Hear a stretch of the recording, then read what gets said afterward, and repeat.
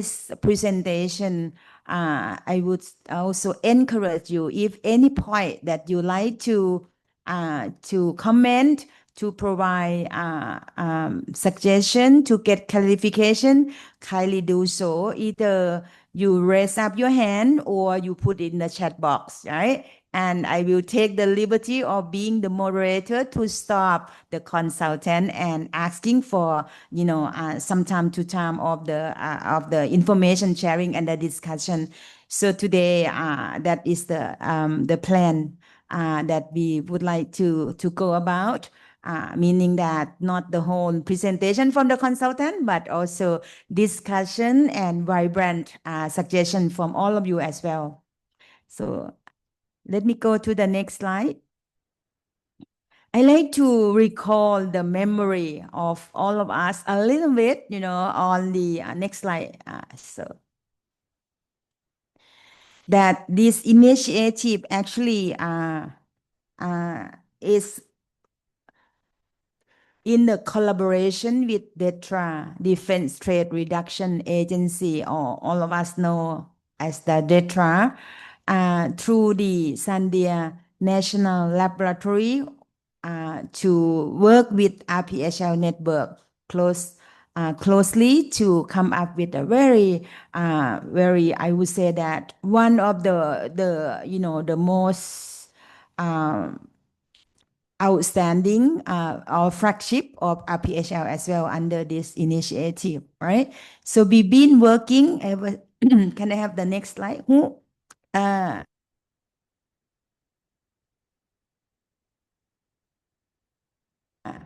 So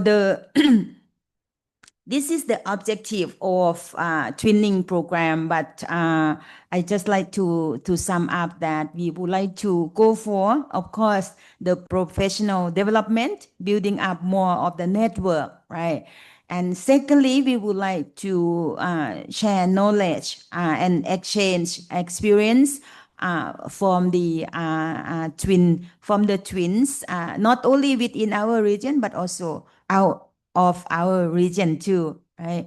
We also would like to this twinning program also address the issue that happening in the country, and find out the solution and develop the plan to come up with the short-term project to address the plan to address the issue happening in the country. So next slide, please. I'm talking, so this training program, if we don't talk about planning, certainly planning, we work side by side with DETRA and Sandia National Lab before that, about half a year, few months before that. And then we have a kick-off in March 2024, right? 2024. And then we have 6-month project development with twins. And then in September, we have a wrap-up meeting in Australia together with our partners in Australia. The result of the twins of this twinning program did actually share with wider audience during the annual partnership forum in February this year, and many of you join me in that event too. The sharing itself actually did prove that the project itself is very hands-on, and is very it's really help the lab professional to come up with the solution, as well as that solution or tacit knowledge can be shared wider. So during the February meeting in Siem Reap, Cambodia. So we're talking about almost a year to complete this program, taking note on the very intensive preparation and looking for partners to join us. So a year. So with that, can I get my next slide? This is the journey.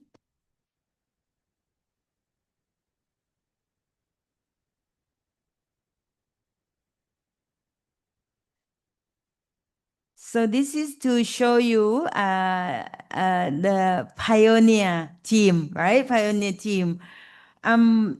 When we selected the candidate to join this initiative, we also bring the One Health Lane to also try to promote the collaboration between Public Health Lab and Animal Health Lab, as well as the other as well. So we, as I said, this is very intensive program. So the number of participants that we can accommodate in the first cohort was six participants from RPHL Network. But also we also have the opportunity to expand the network through the other region as well. So I think in the assessment report, we'll walk you through more of the detail. So, but this is the group of pioneer from RPHL Network. And of course, they will become the subject matter of expert for the RPHL network to whenever we talk about or we want to carry the session related to the BRM. So 6 of them always in our list, in the priority list to asking for the support. And thanks for that as well, So next slide, please. This to give you a big group to really demonstrate the collaboration, not only with the network, but also the host country, Malaysia, is very grateful for Malaysia to take lead and hosting the kickoff meeting. But also, I also like to emphasize that this picture also share a close collaboration between network and partners. And that is very good model, including the partners, the new partners from academia and universities, both from the Australia and the US as well, joining us in this initiative. So next slide, please. Next slide. This is to show how happy they are, how happy they are to also joining this initiative, right? So the previous slide, the previous picture, this is during the annual partnership forum. So previous picture also share with you that excited moment that they were together in the wrap up during in Australia. So can I go to my last slide? Yes. So then because this is the first pilot, as I inform you. So we are planning for the second cohort to be implemented under RPHL network, and many of members have signed up and expressed their interest to join the program already. Taking note that this is the first cohort, we would like to take stock on what we have done, and if we want to do the second cohort, is there any room that we can further improve? Both the organizing committee, meaning RPHL network and partners, as well as the twins itself, the twin itself, as well as the network. So how can we further improve to maximize our limited resource to really produce more of the qualified subject matter of expert in biorisk management, but also support the issue on the BRM at the country level to be more of the get up for the solution as well as sharing with the other. So with that in mind, we conducted the evaluation for this twinning program. It could be evaluation or a quick snapshot of the assessment too. to evaluate whether this project is actually is benefit among key stakeholder. Is it true? Secondly, we would like to gain more from the set of recommendation for the second cohort. And third is also we would like to make this kind of flagship to be one of our story of impact under RPHL network as well. So 3 objectives. With that in 3 objective in mind, can I have the next slide? It's also very honored to RPHL network to have the Thailand to take up the leadership in conducting the assessment for this project. So as all of you know that our RPHL activity usually carry on or also taking lead by our regional expert or regional resources person. In this exercise, we very pleased to have Mr. Kanate Temtrirath. He's worked with the Department of Medical Science in the position of medical scientist, senior professional level, taking care of the food safety laboratory. He also wearing the hat of RPHL Network Focal Point of Thailand too. So we would like to take opportunity to invite Mr. Kanate to share with us on the 3 objectives that we have laid out, as well as additional information that you have found during your work to carry on for this assessment. As I said during his presentation, if you found that is there any topic or is there any issue that you want to discuss and clarify, feel free to do that. Put in your chat box or also raise up your hand, right? Raise up your hand. We can pause the presentation from Mr. Kanate and entertain your comment and your suggestion too. Keep that in mind that this is not the academia publication, but this piece of report or this piece of exercise is more for the program improvement, especially to conduct the second cohort of the twinning program, which we aim to also hit the road by this year and start the program to implement next year.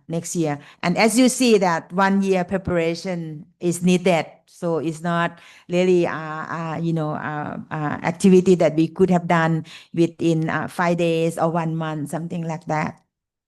So Kanate, if I may invite you, so now the floor is yours, but feel free to do stop on pause for any question that you want to discuss with the group during your presentation as well. So Kanate, please, thank you.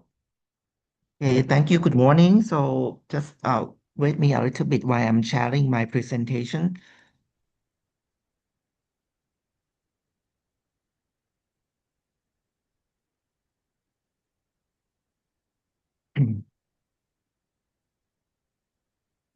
Okay, I hope that you all see my presentation right now. So good morning again, everyone. I'm very happy to be here today. So first, I would like to thanks the organizers for giving me this opportunity to present the work we have done. So today I'm going to share with you a report on our effort and progress in training program on biorisk management. So this presentation will provide you an overview of the program objectives, activities, outcome, and some of the key lessons learned along the way. So I hope this session will be informative and also spark further discussion on how we can continue to collaborate and improve biorisk practice together. So before we dive into the details of the report, I would like to take a moment to acknowledge the team behind this work. So this presentation represents the joint effort of 2 team members, myself, Kanate, and my colleague Royce. So we work closely together throughout the assessment process, contributing to the planning, execution, and documentation of the findings. So our combined background in program coordination allow us to approach the program from complementary perspective, and we are pleased to share our insight with you today. So before we get into the details, I would like to give you a quick overview of what we will be covering in today's presentation. First, I will start with an overview of the twinning program, and next I will walk you through the assessment process. And then we will move into a more practical perspective with a story of impact, where we highlight the real examples from Malaysia and Thailand. So this is a showcase how the program translates into meaningful improvement. And then finally, I will present the key findings from the assessment, including the lesson learned, the impact observed, and some of the main recommendations for moving forward. So we hope that this structure gives you a clear picture of the work done and the value that it has brought to biorisk management effort in this region. So let me start with the overview. So let's begin by understanding what a twinning program is. So twinning originated in post-war Europe in the 1950s as a way to foster peace and unity by building partnership between towns and towns. So over time, the concept evolved beyond cultural exchange and was adopted in various sectors, including education, governance, and international development. So in the development context, twinning refers to an institution to institutions partnership, so designed to build long-term capacity to mutual learning. So it's not just about transferring technical skill. It's about sharing knowledge, strengthening systems, and building sustainable relationship between organizations. So twinning activities can include expert exchange, joint assessment, a study tour, training, and project collaboration that tailor to the specific need of the institution involved. So now let's look on how this model has been applied to the field of biorisk management. The biorisk management twinning program is a capacity building initiative that focuses on improving biosafety and biosecurity practice in laboratories and institutions that handle biological agents.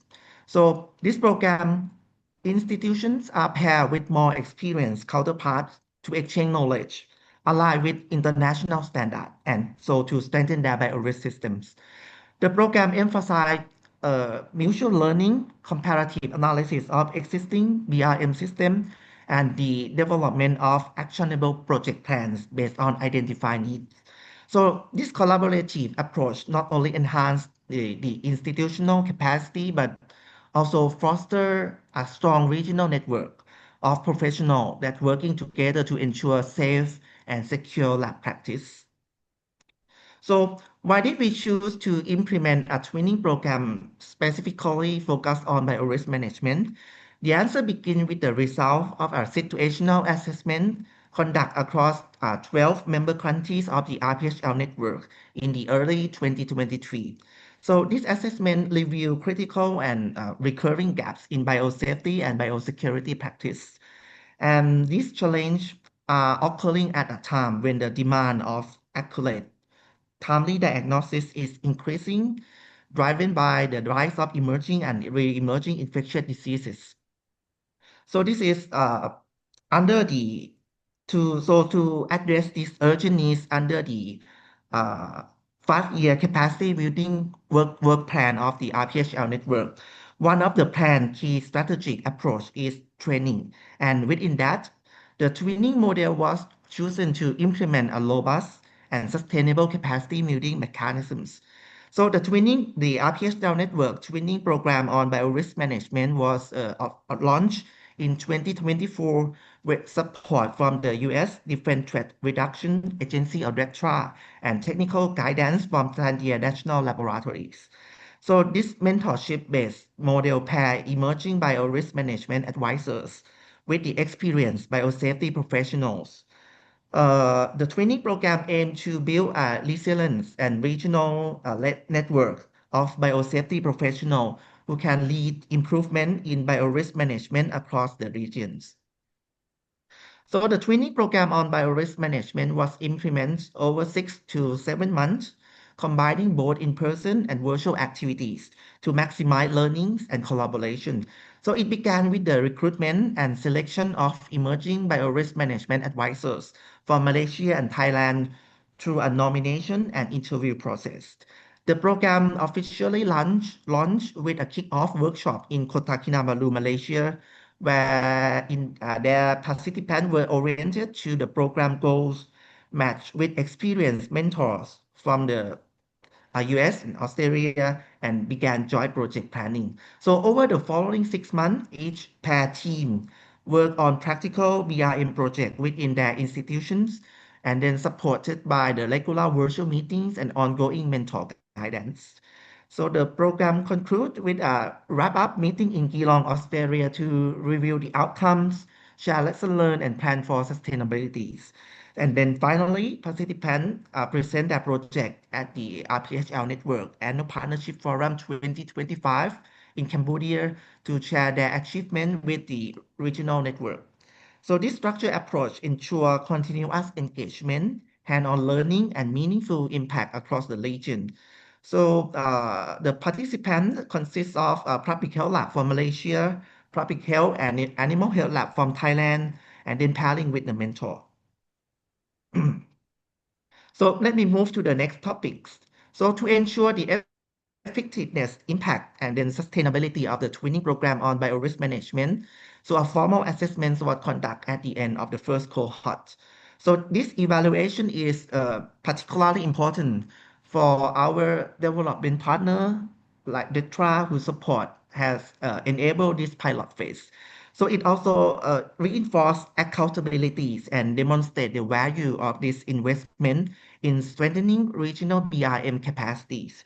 So guided by the CDC program evaluation frameworks, the assessment focus on utilities, feasibilities, and then it aimed to answer some key questions about how program was implemented, what results were achieved, and how it can be improved.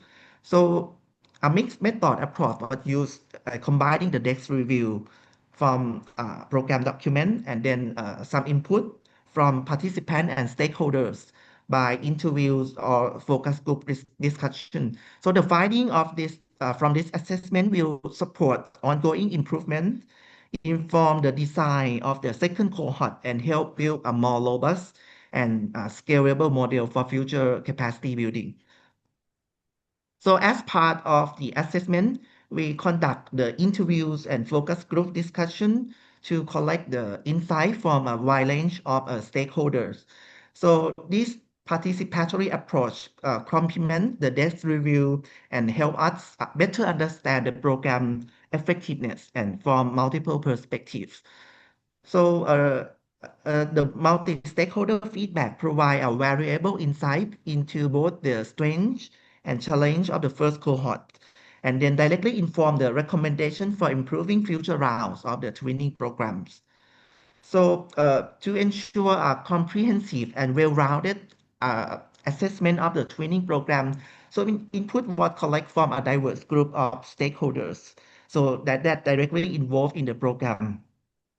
So this stakeholder include the RPHL Network, the Sandia National Laboratories as the key implementing partner and technical facilitators, and the DETRA as the development partners and primary funders supporting the program first cohort.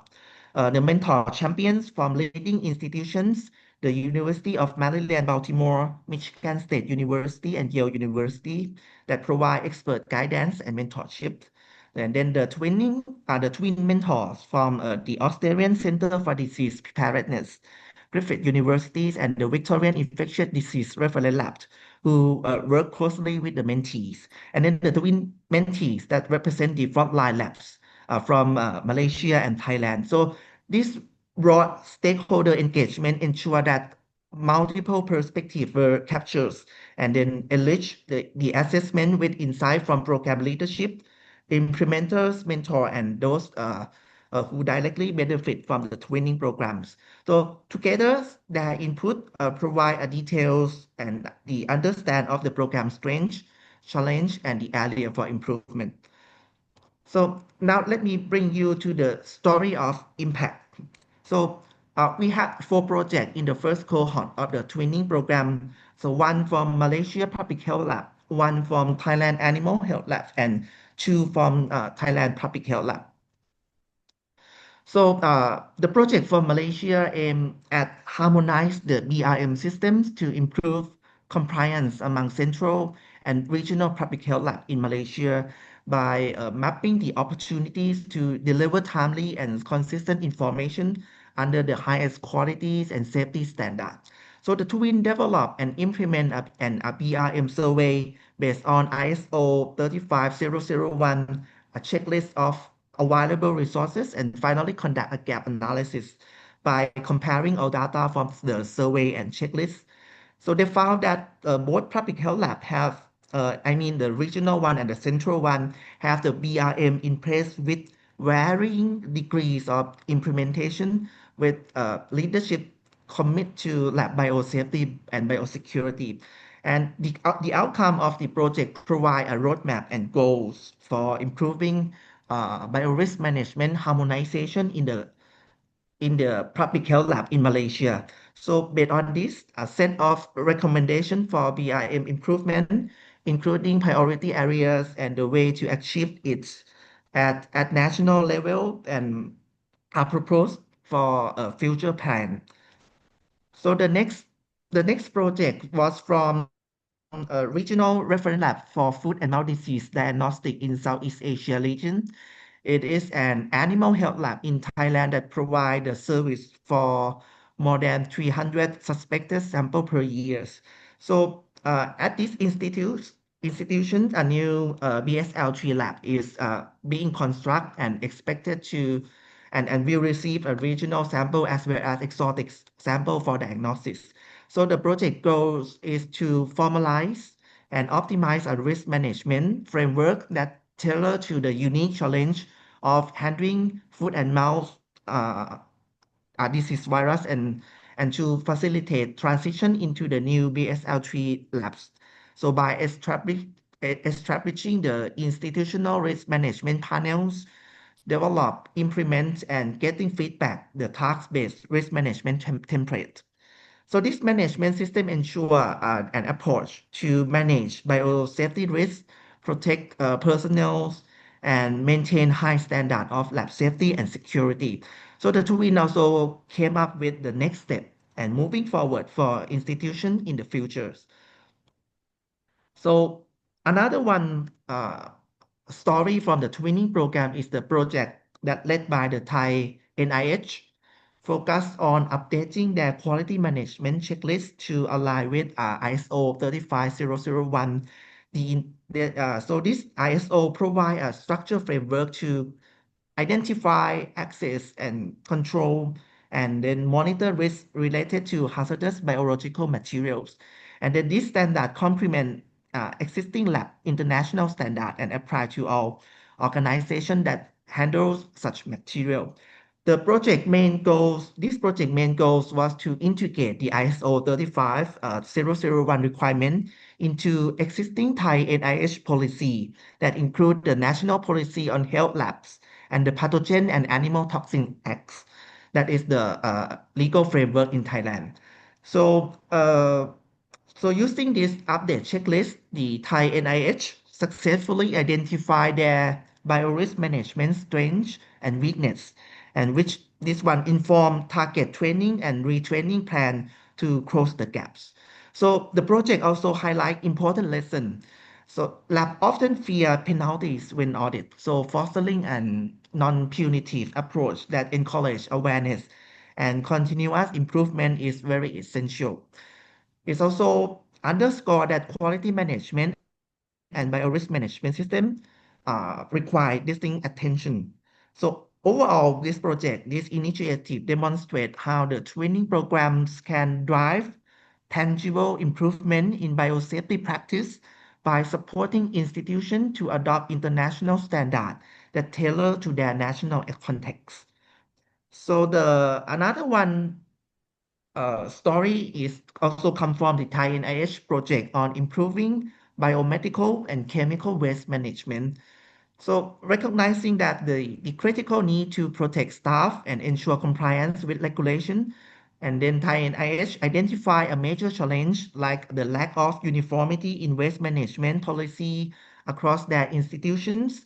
So to address this, the the project team assemble a dedicated waste management working committee. They conduct a review, compare the existing local, national, and international biomedical and chemical waste policy and the best practice.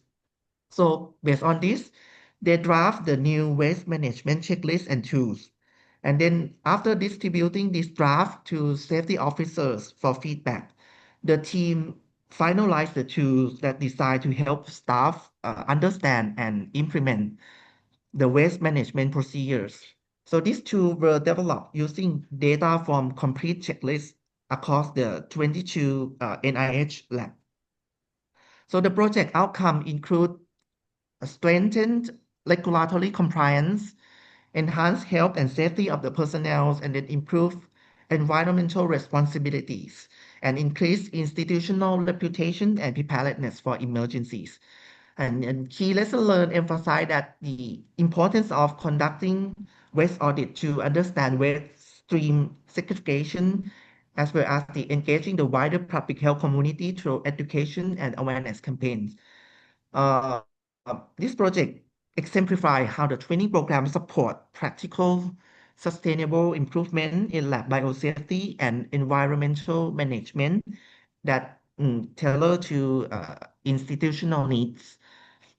So last section, but a little bit long. Let me introduce you to the findings of the assessment with the training program stakeholders.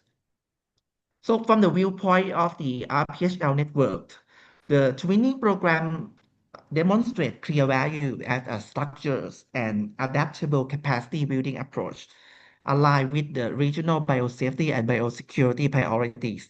So the mentorship models was recognized as an effective way to develop sustainable regional expertise in biorisk management. But however, coordinating activities across multiple countries and institutions present challenge, including vary institutional commitment levels and logistical complexities. So a key lesson learned was the critical need for clear communication of program expectations to participants to strengthen their engagement and sense of ownership throughout the process. So the RPHL network also emphasized that the program offer a variable opportunities to enhance regional network, which is central to RPHL network broader strategic goal of fostering collaboration and resilience in health lab system. So overall, the assessment highlight the importance of balancing a structured framework with flexibilities to accommodate diverse institutional contexts while ensuring strong leadership and strategic participant selection for sustained impact. So this insight guide the improvement in future cohort to enhance program efficiency and deepen regional collaboration.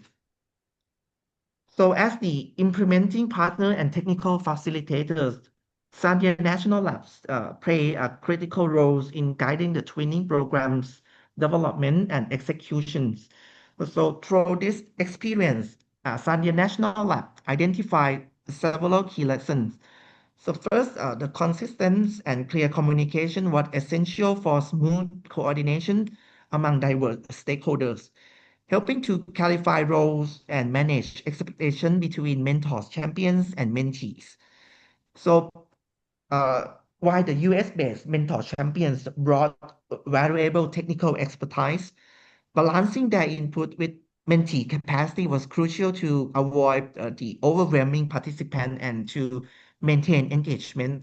The training model strength lies in its combination of a structured knowledge transfer and then peer-to-peer learning, which foster practical problem solving that tailor to each institution unique context.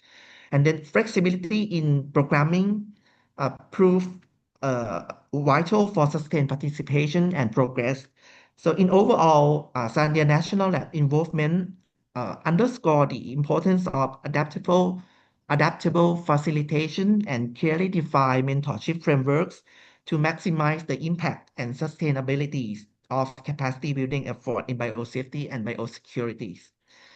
And then as the development partner, the DETRA play a critical role in aligning the twinning program with global biosecurity objectives. So DETRA emphasized the importance of the strategic investment in building sustainable local expertise to reduce biological threat in the region. They recognize the program's success in achieving measurable outcomes such as the adoption of international biosafety standards, which demonstrate tangible improvement in biosafety and biosecurity practice. So a key lesson learned was the critical need to embed biorisk management capacity within institutional policies and practice to ensure sustainability beyond the initial funding period. And this approach helped maintain long-term impact and resilience. And Greta also highlight the value of scalability, replicability, encouraging future program phase to design model that can be adapted and expand across other regions and institutions. So then thereby maximizing the program reach and effectiveness. So in overall, DETRA involvement underscore the significance of measurable impact, strategic alignment, and sustainable capacity building as a cornerstone for strengthening regional health security through twinning initiative. And then from the perspective of the US-based mentor champions, the twinning program has been both a rewarding and insightful experience. As biosafety professionals, mentor champions contribute valuable leadership, technical expertise, and mentorship, bringing the international best practice to the program. One key lesson learned was the critical importance of establishing clear expectation and role definition at the outset. So balancing their mentorship responsibilities alongside with existing institutional duties proved some challenging for some, highlighting that the need for explicit guidance on time commitment and role boundaries.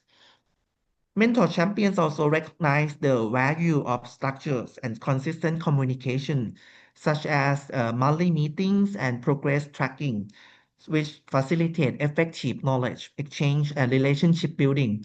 However, they note that additional orientation session could further clarify program objective for mentees then to strengthen engagement from the start. A significant insight was the necessity to focus not only on technical capacity building, but also on cultivating leadership skill among mentees. Encouraging mentees to become future champions themselves is very important for sustaining biosafety and biosecurity improvement beyond the program life cycles. Mentor champions view the program as an excellent platform for creating the professional network, fostering international collaboration that extend well beyond the program period. They emphasize that sustaining this network and embedding mechanism for ongoing mentorship would enhance the program long-term impacts. So in overall, Mentor Champion believe that the twinning model effort offer us a strong foundation for institutional capacity strengthening, but recommend the refining mentorship framework to better balance roles, improve orientation, and nurture leadership for sustainability. And then from the viewpoint of the twin mentors, the twinning program offer a platform to provide regional relevant mentorship and technical guidance, benefit receiving the benefit from benefiting from geographic proximities and cultural affinity with the RPHL network member countries. The twin mentor from Australia institutions play a very critical role as regional models and knowledge brokers One important lesson learned was the significant advantage of understanding local context, challenge, and institutional environment.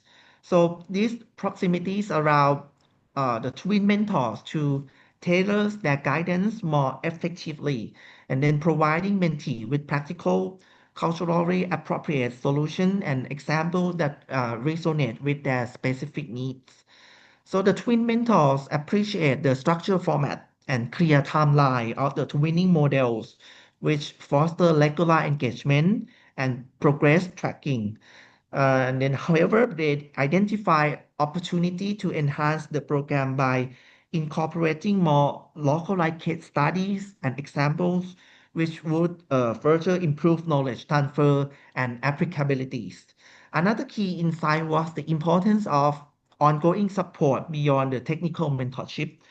The twin mentor emphasized the need for leadership training and capacity building that equip mentee to overcome institutional barriers and navigate complex organizational dynamics.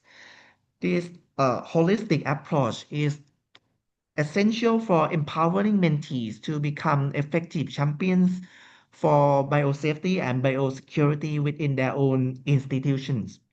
And then, furthermore, the mentor recognized that regional mentorship models uh, complement the international expertise by fostering sustainable, relatable learning leadership that build trust and continuities.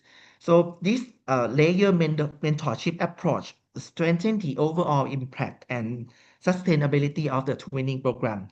So in summary, the twinning mentors believe that leveraging the regional proximities, the understanding, the cultural understanding enrich the twinning experience.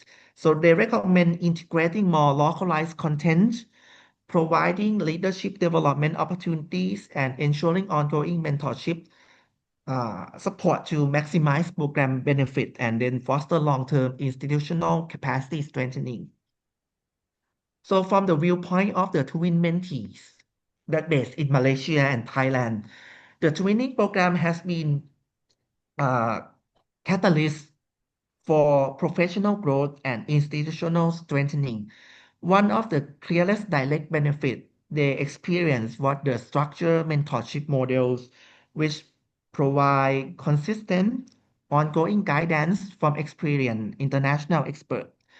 This mentorship was instrumental in helping mentees identify and address specific biosafety and biosecurity gaps within their labs. So mentee value the access to international expertise, which broaden their technical knowledge and introduce best practice that align with international standards. So this exposure not only enhance their technical competencies, but also empower the mentee to advocate for meaningful policy and procedural improvement within their institutions.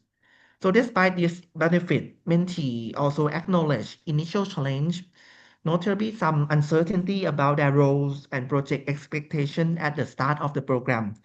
So balancing twinning activities with existing workload demands and navigating complex institutional constraints also present some difficulties.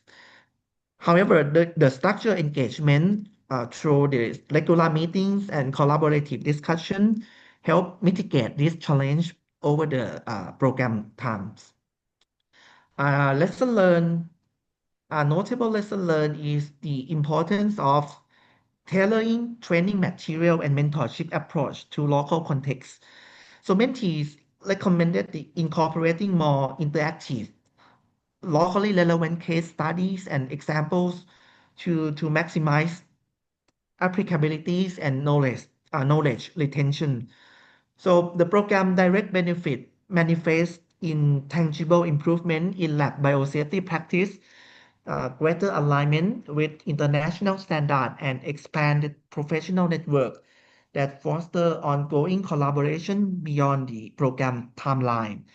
Mentee expressed a strong interest in continued post-program support, emphasizing that sustained engagement would help maintain momentum and embed lasting change within their lab. So overall, twin mentees from Malaysia and Thailand view the twinning program as a powerful mechanism for professional development and institutional capacity building with a structured mentorship and international collaboration as a key drivers for its success. So the twinning program also delivers significant unintended benefit that extend beyond the immediate goal of biosafety and biosecurity capacity building. So while the primary focus was on strengthening lab practice, mentee observed that the program foster enhanced collaboration within national health system, contribute to a more cohesive public health response framework. Uh, Mentee from both Malaysia and Thailand highlight how participation in the program enable them to leverage their personal and professional network to create new partnership and to extend the benefit of twinning beyond the original cohort. This new connection foster knowledge exchange and resource sharing, creating ripple effects that reinforce regional biosafety and biosecurity capabilities. So importantly, the twinning model success encourage mentee to explore applying the approach to other lab-related initiatives within their countries.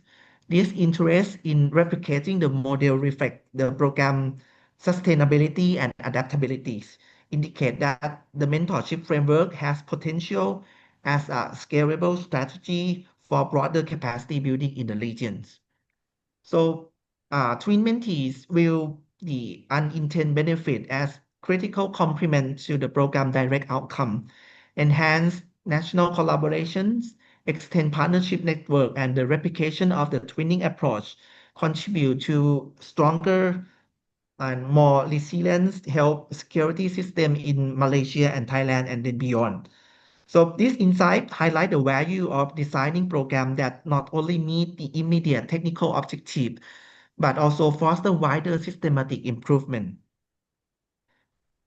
And as the assessor of the twinning program, I would like to highlight critical lessons that have emerged from our evaluation. So these lessons are essential to understanding the both success and area for refinement as the program moves forward.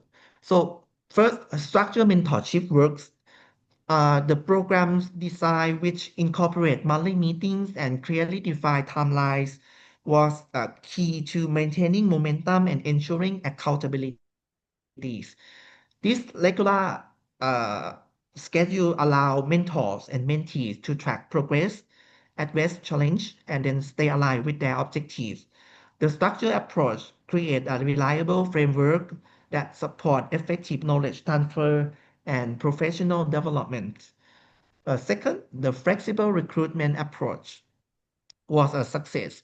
So by utilizing diverse recruitment channels, including direct invitation, email outreach, and partner organization, the program promote inclusivity and attract a motivate and diverse group of participants. However, an important insight from the assessment is that early orientation sessions need to reduce initial uncertainties among participants. So providing clear guidance at the program outset would enhance understanding of roles, expectation, and goals, and thereby strengthening participant engagement and ownership. And the last one, champion mentors add significant value to the program. This biosafety professional brought high quality technical expertise and leadership that enriched the mentorship experience. Their role was fundamental in guiding mentees and fostering institutional improvement. But our findings indicate the need for clearer law definition to prevent confusions and ensure that both twin mentor and twin mentees have a shared understanding of their responsibilities. So clarifying these roles will help optimize the mentoring relationship and reduce potential challenge. So taking together these lessons provide a roadmap for enhancing the training program impact and sustainability by building on the strength of structured mentorship and embracing inclusive recruitment and refining mentor roles. The future cohort can achieve even greater success in strengthening biosafety and biosecurity capacity across the regions. So as we review the overall recognition and impact of the training program, it is clear that the initiative has been a valuable and innovative approach to strengthening biosafety capacity throughout the region. So firstly, the program has been widely recognized as an innovative model. By leveraging a mentorship-driven framework, it moves beyond traditional training methods to foster practical hand-on skills developments. This approach has not only enhanced technical competencies, but also built professional networks that are critical for sustained biosafety and biosecurity improvement. The second one, the mentorship component was central to the program success. In enabling practical skill development, the structured pairing of experienced mentors with mentees allow for knowledge exchange that tailor to the specific institutional context of the participants. This mentorship was very important in helping individuals apply international best practice in a way that was relevant and feasible for their local settings. The last one, the program facilitate meaningful institutional growth. Several participating labs report improvement in their biosafety and biosecurity practice align more closely with international standards. This is a significant achievement demonstrating the program tangible influence on institutional policy and compliance mechanism. So this outcome underscore the program dual impact. It has strengthened the individual capacity while driving broader organizational change.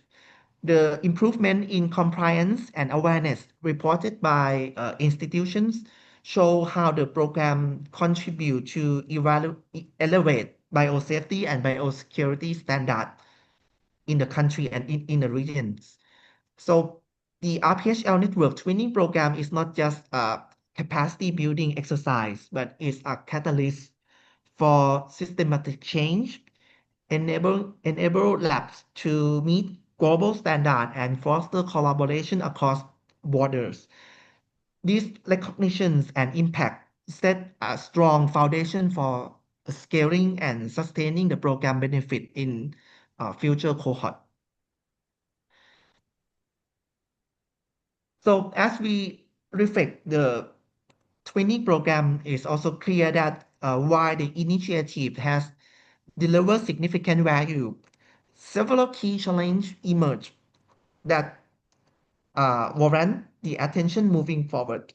So first, coordination across multiple countries and institutions proved complex. Differing levels of institutional commitment, varying regulatory environment, and logistical constraints made implementation uneven and time-consuming.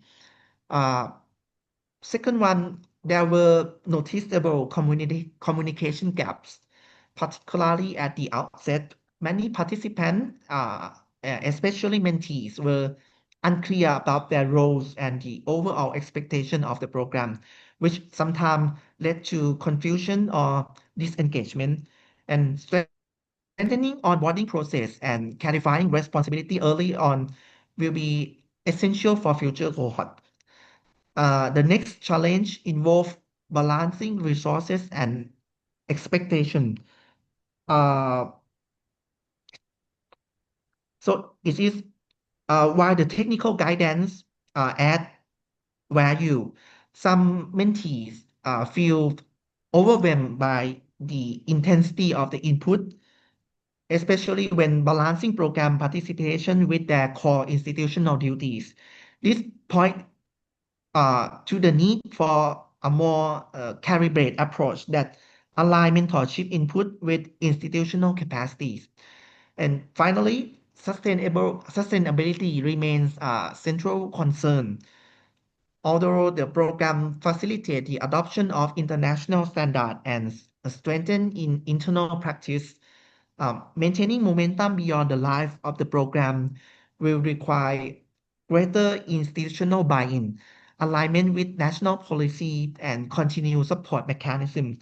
Addressing this challenge head-on will be crucial to scaling the twinning model and ensuring its long-term impact on biosafety, biosecurity, and then regional health security. As we look ahead to the futures of the twinning program, the assessment has identified some area where the program could be refined to enhance its impact, sustainability, and overall participants' experience. This area for improvement emerged across the stakeholder groups. The first area is the role clarities. While the mentorship model was well received, there was sometimes ambiguities around the roles and responsibilities of different stakeholders, particularly at the beginning of the program. So mentees in particular expressed uncertainty about their expected contributions, while some mentor highlight difficulties in balancing their dual roles as mentors and institutional staff. This signal a strong need for clearer role definitions and more explicit communication of expectation for each participant at the outset. The second one, there is a clear opportunity for enhanced orientation. Although the program offers a structured timeline, many participants felt that a more robust onboarding process would have helped set the tone and scope more effectively, including a detailed orientation session before kickoff, uh, would better equip participants to engage meaningful from the start. This could also help foster more confidence among the participants, especially those unfamiliar with international twinning or biosafety frameworks. The third area of focus is institutional support. For twinning to be truly impactful, strong buy-in from the participating institution is very essential. So several mentees report that institutional constraints sometimes limit their ability to fully participate or apply new knowledge. So building more explicit link between training objective and institutional or national strategy would improve alignment, secure leadership support, and strengthen the sustainability of outcome beyond the project timeline. And finally, we must address the issue of balance workload. Uh, so future cohort of the program should consider the way to better match mentors and mentee capacity, possibly by tailoring engagement intensity based on institutional readiness and through staggered mentorship models. So overall, these improvement areas are not just criticism, but rather insight that offer a path to strengthen the program design and delivery. By addressing them directly, the RPHL Network training program can continue to evolve as a cornerstone of regional capacity building in biosafety and biosecurity. Uh, as it's also clear that the planning as we reflect the lesson learned from the first cohort of the training program, it's also make us clear that the planning and recruitment phase also play a critical roles in shaping program success.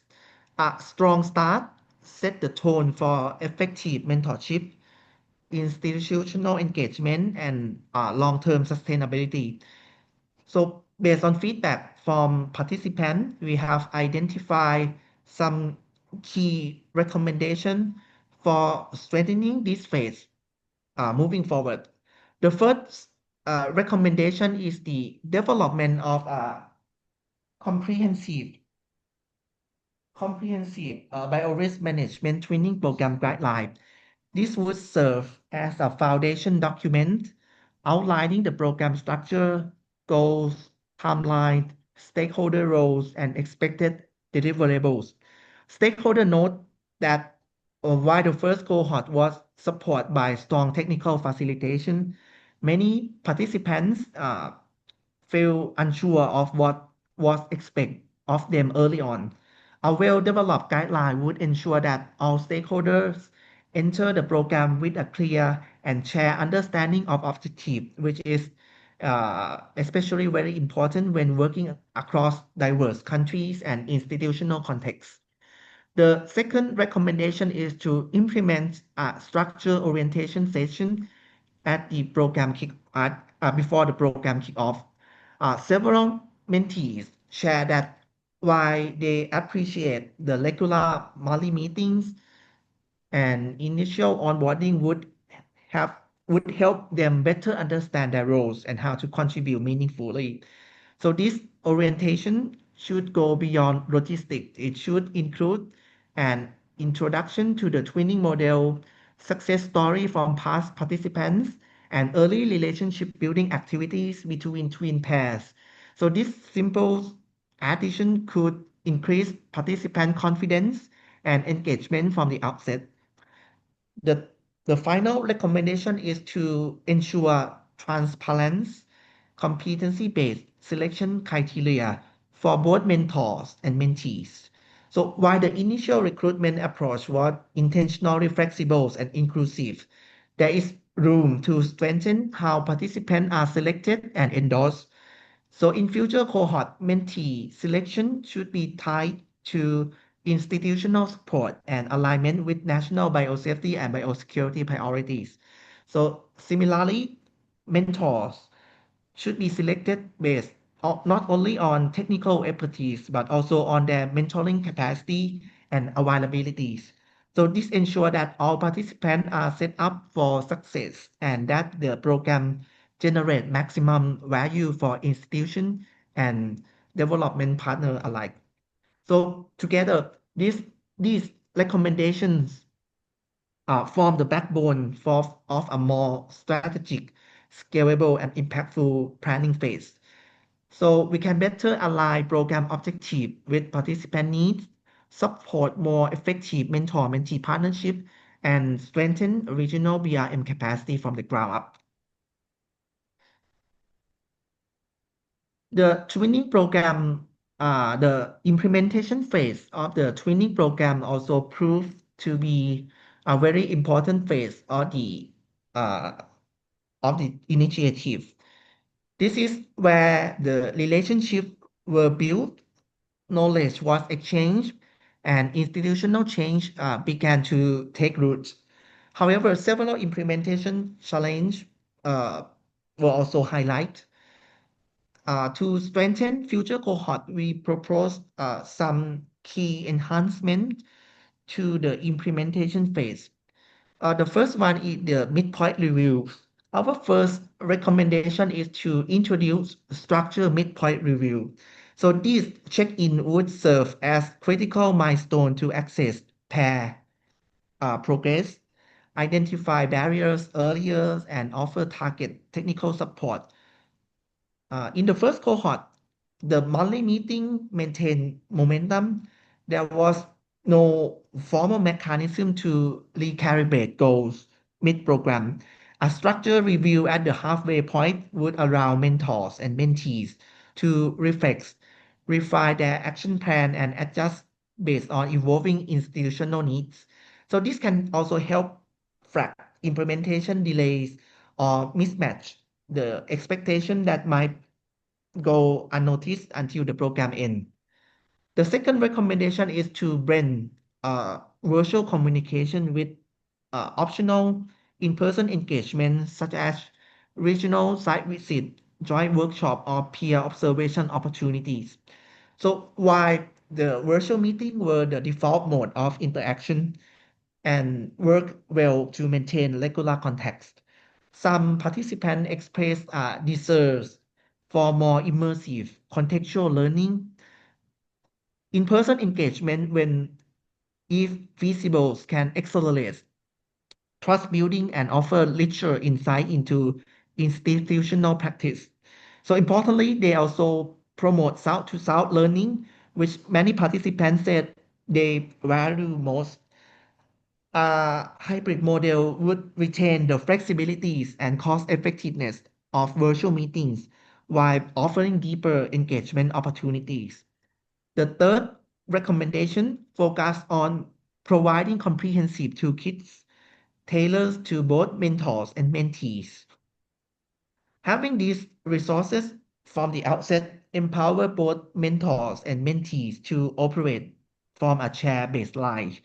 It reduces uncertainty, support self-paced learning, and improve consistency in documentation and evaluation across all twin pairs.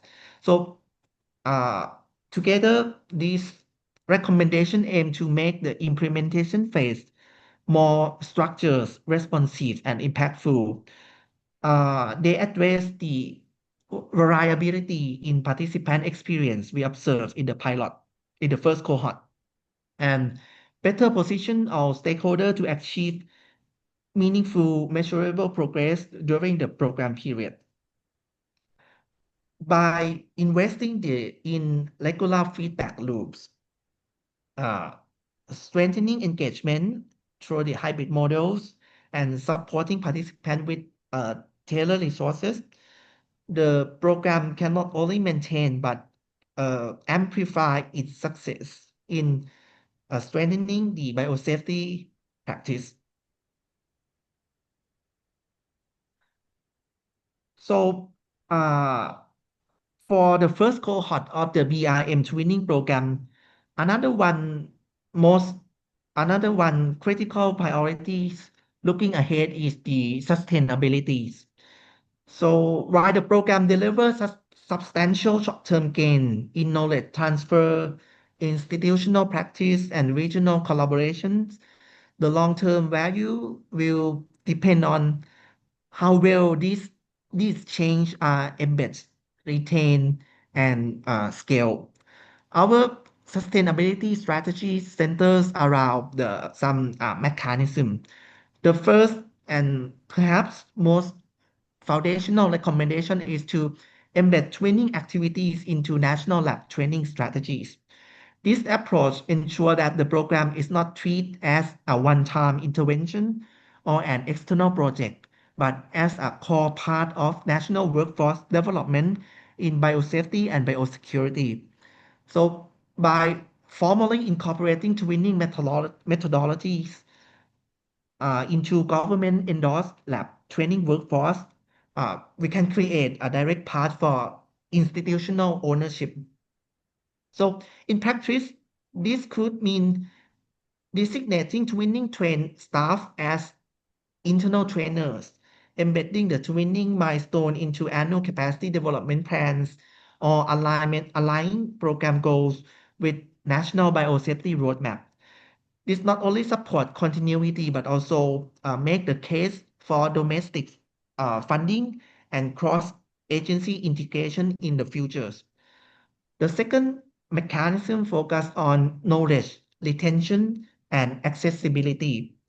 We recommend the development of a centralized digital repository to house key program materials, templates, and case studies and tools. This will serve as an a memory of the program, especially useful for new participants, future cohort, and national policymakers.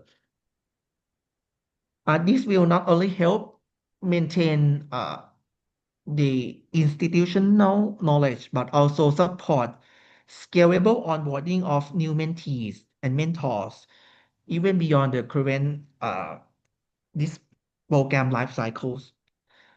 Finally, we propose the establishment of Biorisk Management training alumni network across the RPHL network member countries. One of the most unexpected but variable outcome from the first cohort was the organic formation of professional relationship that extend well beyond the formal program. Alumni can be invited to support future training workshop, contribute to knowledge products, and lead to regional peer-to-peer learning exchange, creating a self-sustaining mentorship ecosystem that drives continuities and capacity at the regional scale. So these mechanisms offer a realistic, cost-effective way to ensure the program momentum continue and the outcome endures.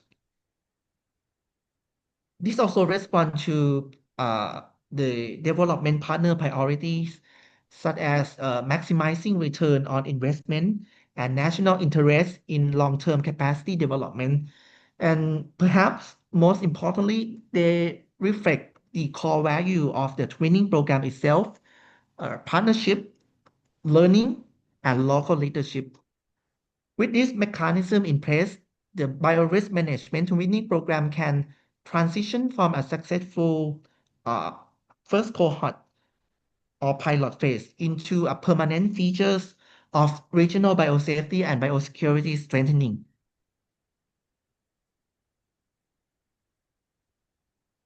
So as we move toward strengthening a scalable the RPHL network biorisk management training program, it is essential to recognize that sustainability and effectiveness hinge on coordinate action across all stakeholder groups. So this slide summarizes the key responsibilities and recommended action for each stakeholders involved in the program life cycle, from design to implementation, evaluation, and scale up.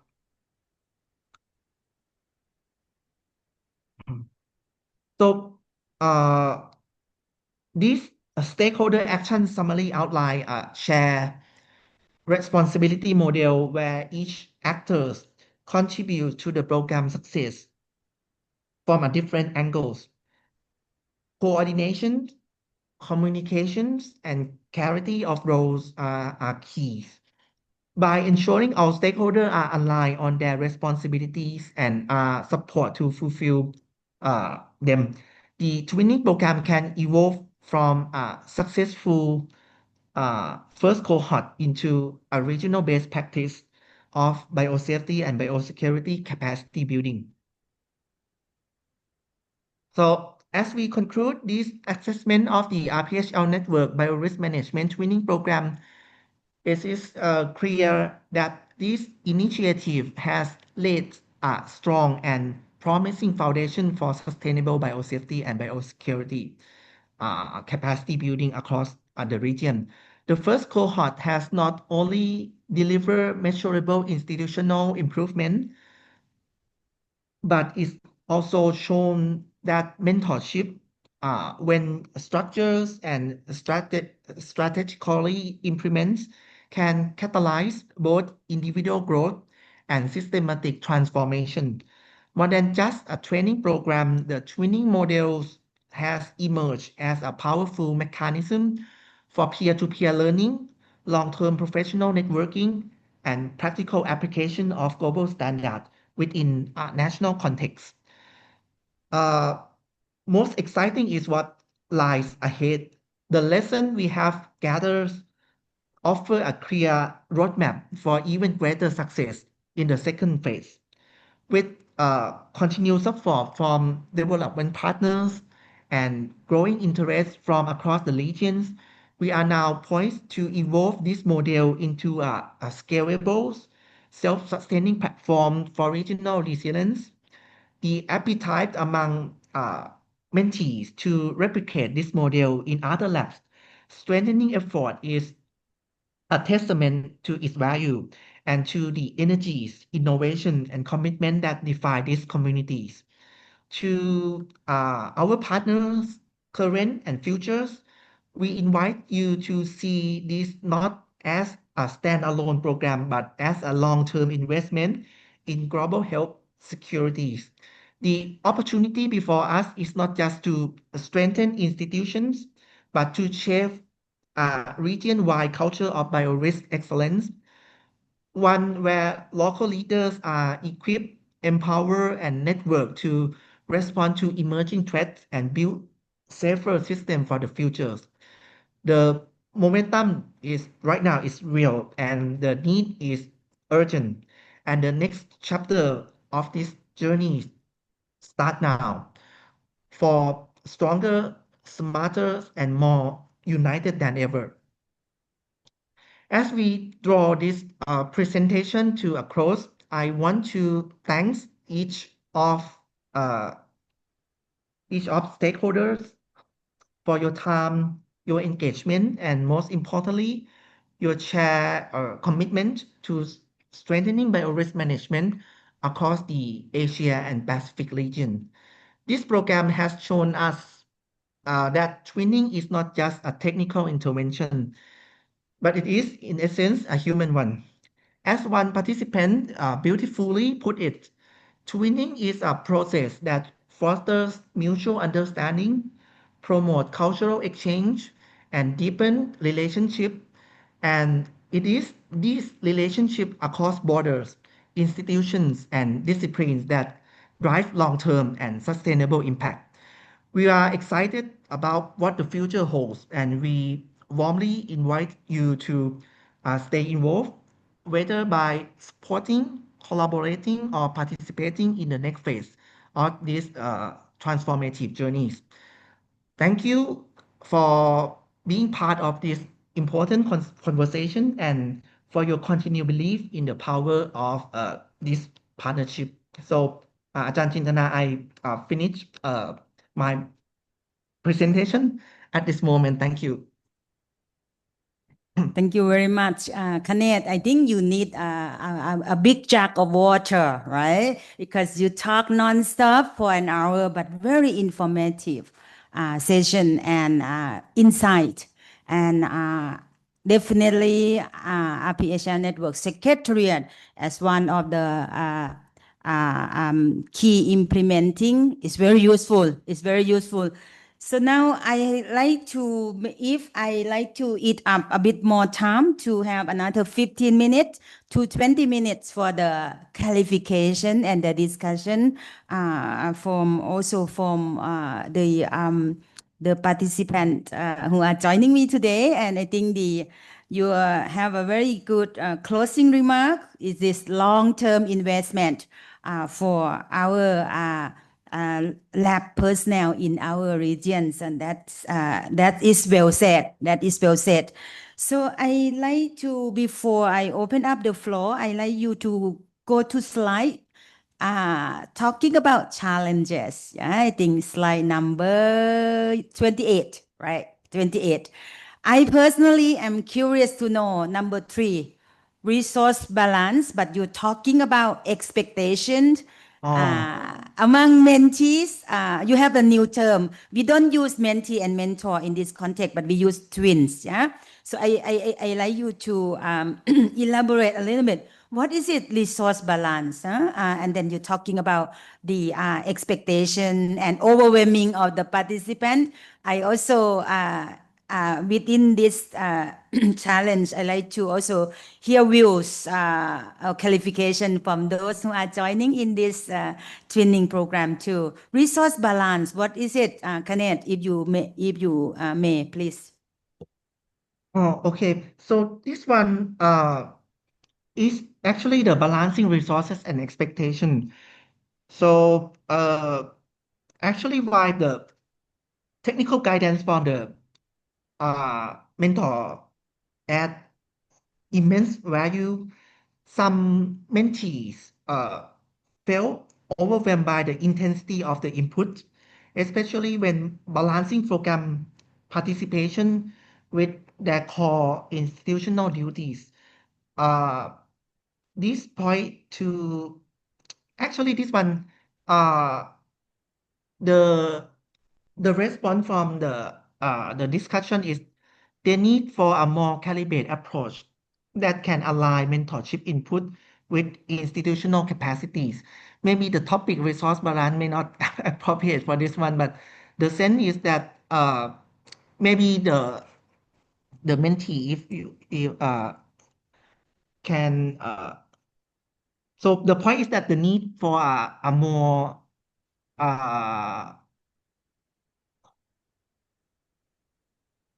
actually they use the word calibrate approach, Customize, customize, yes, customize, optimize or customize customize, approach. Yes, optimize, yes, no? optimize or customize Maybe approach.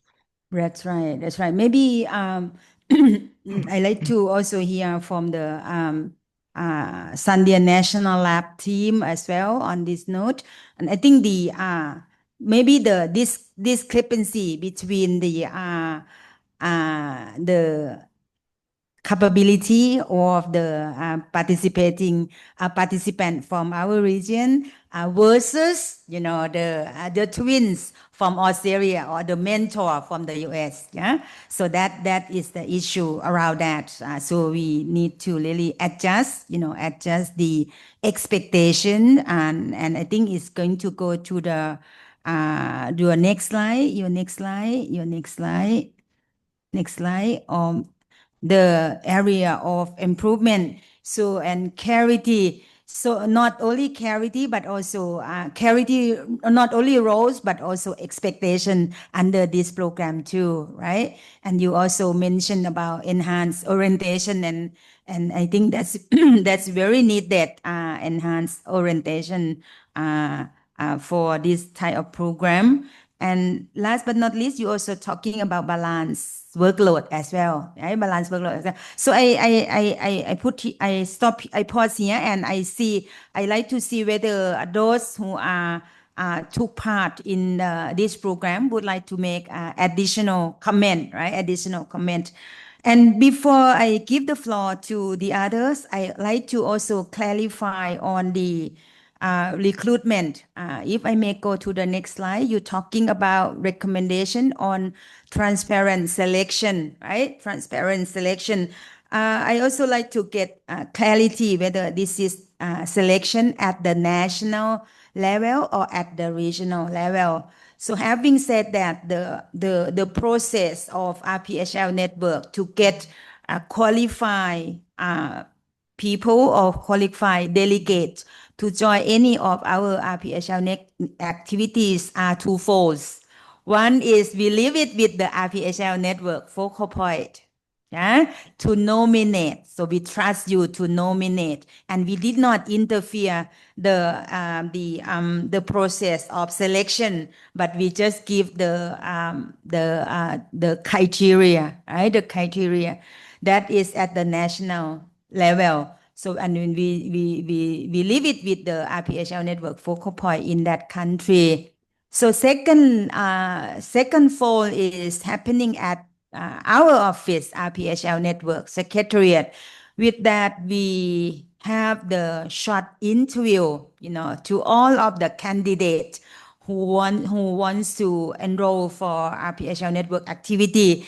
And so far, that process really streamlined and screen the right candidate to join the program as well. So wondering whether Kanate, under transparent selection, any additional insight from your assessment, whether that is comment based on the country at the national level or the regional level. So This one I think is from national level, but there are two dimensions.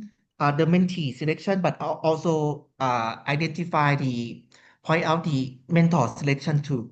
Not only mentee selection that join the program through the RPHL network contact person, but also when the program select or find the mentor, this is also should be not only based on the technical expertise, but also their mentoring capacity and availability too.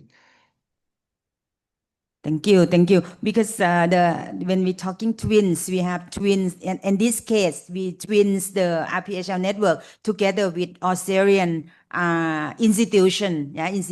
So that the twins. So twins from the two sides. So and I think the mentoring skill is something that we need to also further prove as well.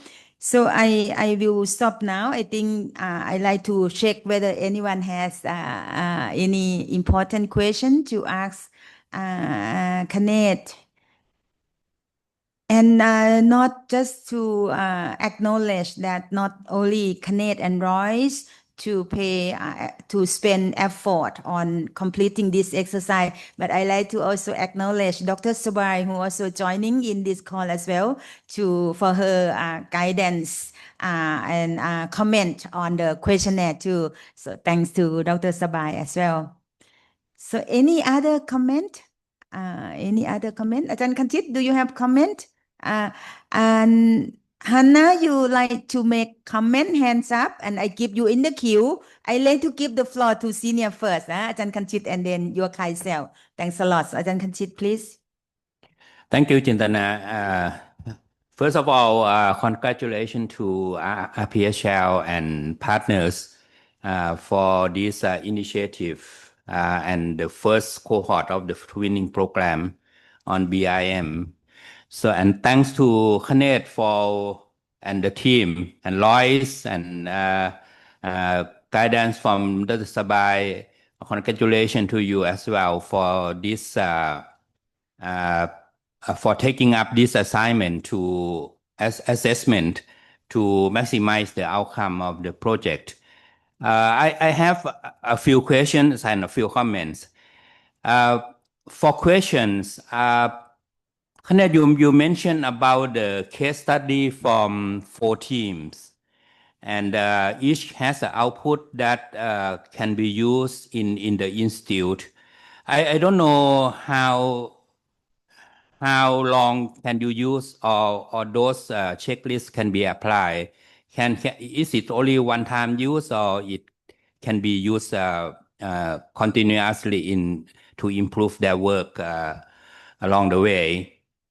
And second question is in the process of coaching. I think the most challenging in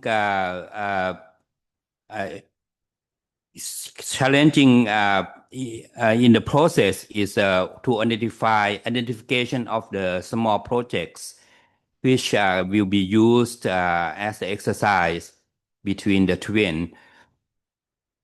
And so what is your view? I think that is the most challenging issues, but I like to hear your view. And now the comments to RPHL. I think this twinning program to me is like a cross-cutting tool that you may apply to many other programs. QMS or GLLP may have the use of this tool for the training in your program. And second comment is I like the recommendation from Kanate and the team that use this opportunity as the alumni of the program, which for us, I think it may be more like a community of practice group, which I think we already have some tool like a website. It can be a subset of the subject matter expert or something like that. I think it is very, very good recommendation that I think will sustain the program in the long run. So congratulations again, and thank you very much. I think question from Dr. Kanchit about the short-term project. I think I like to also invite Hannah to comment on that. So Kanate, if I may. So Hannah, unless Kanate we have the insight from your assessment. If not, then Hannah is the right person to address this question. Before I give floor to Hannah, I like to go to the next slide. So you're talking about your recommendation. Your recommendation, I think the role, last slide, your last slide.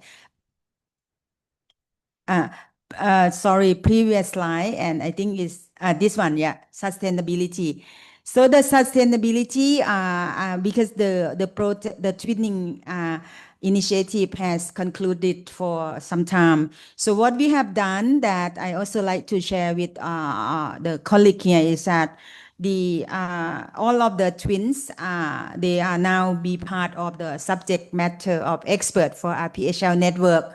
And the alumni, I think that fit very well, and we done that during the annual partnership forum, and it's going to be further implement in the activity of RPHL network. What we like to do next is also talking about the story of impact, right? The story of impact. We have, I think, 4 story of impacts and maybe 4, 5. With that RPHL network, we come up with the template for the best practices. And for the story of impact, I like to have a follow up from our communication officer that to work with all of you to come up with the story of impact to feature in our website, right? That is the update as of now based on the recommendation for the sustainability of the project. So Hannah, I know that you like to make comment or share your views, but also kindly address the issue around selection of the short-term project as well, part of the Malaysia experience. So thank you. And Hannah, now floor is yours. Thank you, Madam Jintana. And greetings to all our RPHL Network members and our distinguished guests. Thank you for inviting all of us to this really important presentation this morning. I find it really interesting that you have Kanate done and Royce as well done a really fantastic job with Dr. Sabai in compiling and also just coming up with a very comprehensive post-impact study, post-project study. And so from me, as a participant in the first cohort, I must say that we were also participants in the survey at the end of this project. And I can speak from the Malaysian aspect. We really appreciated this key opportunity to be the first selected members of this twinning program. And actually for both Joel and I, we had really made great impacts in this, even though it was a short 6 months project, but the follow-up actions from this project are concrete, and it has brought national changes, national implementations. So although this is just kind of a one-off short-term project, but we have been witnessing and been the drivers for the national changes and all the impacts that are surrounding biorisk management. So for us in Malaysia, even though there's the issues about selection of mentees for the cohort, I believe that the selection process that has been done for this first cohort, for us, the Malaysian experience, it has been transparent and the right people have been incorporated to be mentees because we are the technical people. Joel and myself, we have been previously trained in biorisk management in the laboratory setting. And so we come on board to really not just to take away key learning points or key skills transfer, but really we also came to really share what our experience is in our country. So for the participant selection, I hear the issues regarding transparency of selection. So maybe in a way to make it transparent, maybe the country focal point, the RPHL focal point in the country can list down the criteria for selection and put it up as an open advertising or open platform for members of other laboratories to also volunteer their expertise to come on board as mentees or experts. So I must say that for us, the experience has not been negative, but has overall been very positive. And we find that now this is exactly 1 year after the closing meeting in Geelong, and we have made many improvements in our national public health system, not just in Kota Kinabalu lab, but for all the regional public health labs. So we are talking about total of 5 laboratories. We have come together with a series of meetings and also workshops to finalize all of the gaps, to look at the gaps that we have and come up with concrete steps. And we will have, as a follow-up, an official launch in October of this year during the National Public Health technical meeting, where all the directors of these public health laboratories will sit together and really look at the concrete outcomes of this 6 months project. So for ourselves, I must say, I speak for Malaysia, that we really appreciate this opportunity. We appreciate the networks that we have formed, the friendships, because it was really now easy to reach out to our expert mentors, to our experts overseas. And it's also for us a career building and capacity building exercise as well. So I hope this addresses the questions surrounding these issues. But for us, personally, we did not find any issues with the selection process, because probably the focal point person in the countries, they have to be clear about the selection criteria, and then they can also open it up to other members who are likely to fit the criteria for selection. So thank you for myself and from Malaysia.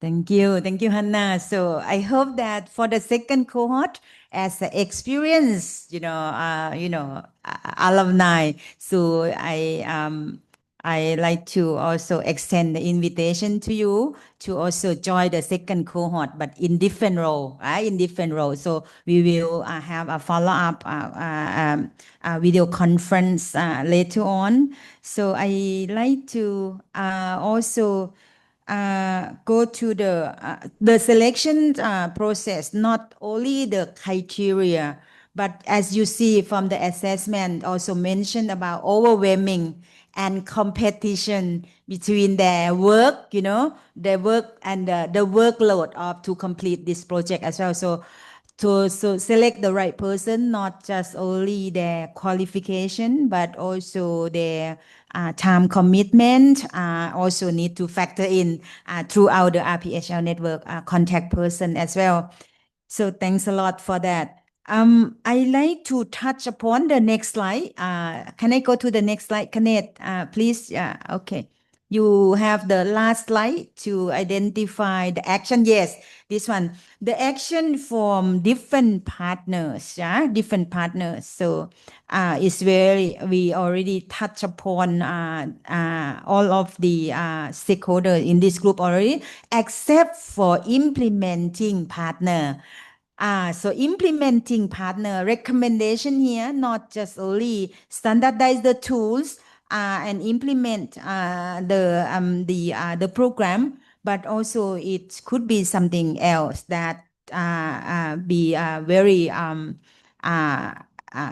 critical role of implementing partner as well. So I have partner joining me here. I have Detra, but she already left for the other meeting. So allow me to invite the colleague from Sandia National Lab to make a comment, how to sustain this initiative, also focusing on the role of implementing partners, both technical as well as resource financial support as well. So Rene, if I may invite you, I don't know whether either you or Eric would like to comment on this. Your role, Sandia National Lab, as well as the, I don't know whether you can comment on behalf of Detra, if not, understand as well. So, but please, implementing partner. So Rene, please. Sure. Thank you, Jintana. I thought it was a very thorough assessment and very great feedback. I really liked the part about seeking sustainability and creating an ongoing program and, kind of a community of practice with the experts that are becoming mentors as they go through the twinning program to offer continued support to future cohorts that go through. And so I'm looking forward to additional discussions. And, I thank you very much for including us in this wonderful presentation and analysis this evening or this morning for you all. Thank you. Thank you so much. I think everyone agrees with me and that role of Sandia National Lab is very, very outstanding to help RPHL Network to go through the first cohort of the twinning program. So again, appreciate effort from you, Kaisel, and the team as well. So thank you very much on that. So moving to to close this interesting session, I just like to check whether Kanate has any additional point to make. I take the comment from the floor, and then we'll refine more a little bit more on the report. Thank you. This is also a platform for team to also enrich the content in the report as well before we publish. And publication will be available through our RPHL Network website. Definitely, and we keep you informed for that. Before I close, I also saw a lot of colleagues from also Singapore to join. I don't know whether Dr. Subai, Dr. VG would like to make a comment, make suggestion. Let me check. Okay. Seem like none for now, I guess, none for now. But let me conclude the session by also announcing the second cohort. The second cohort. And of course, the second cohort nomination, selection will be also factor in the recommendation from this exercise as well. That's number one. Number two, we also aiming to also have the regional team, regional team from the lab expert to work with RPHL Network secretariat and partners, and especially Sandia National Lab, but to be confirmed, in implementing the second cohort as well. So timeline for the second cohort is that from now on until December, we are going to come up with the announcement for the selection, for the nomination from the country. So, and we want to implement this twinning next year, 2026, 2026.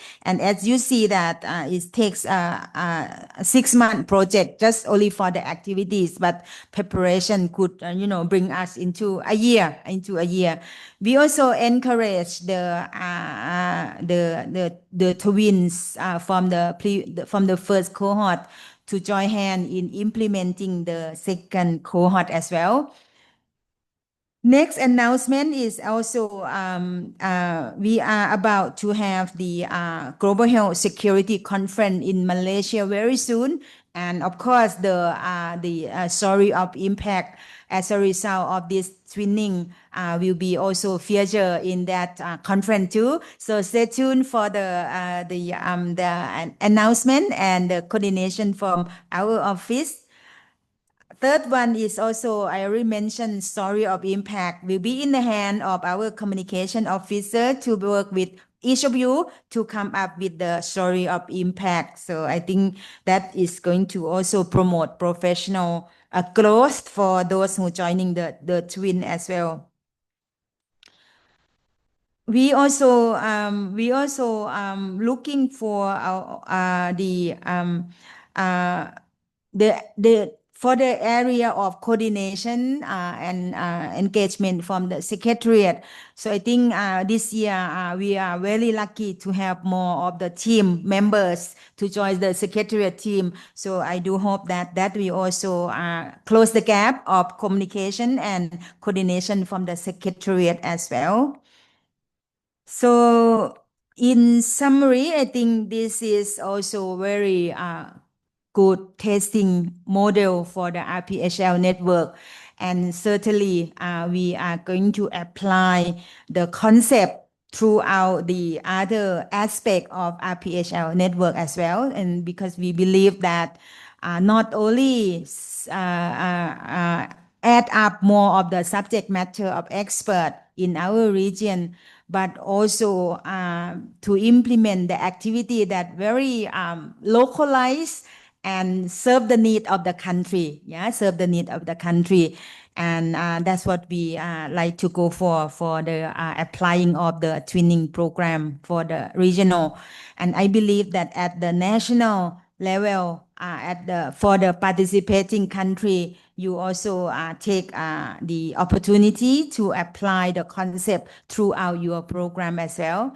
So from the list, I saw some of the country that also might be joining in the next cohort too. I saw from Cambodia, from also Indonesia, and just before that, I saw also from PNG too.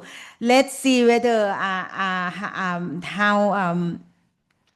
how are we going to manage how many participants that should be able to join in the second cohort. And definitely it's not really, we won't go for the number, but we go for the quality.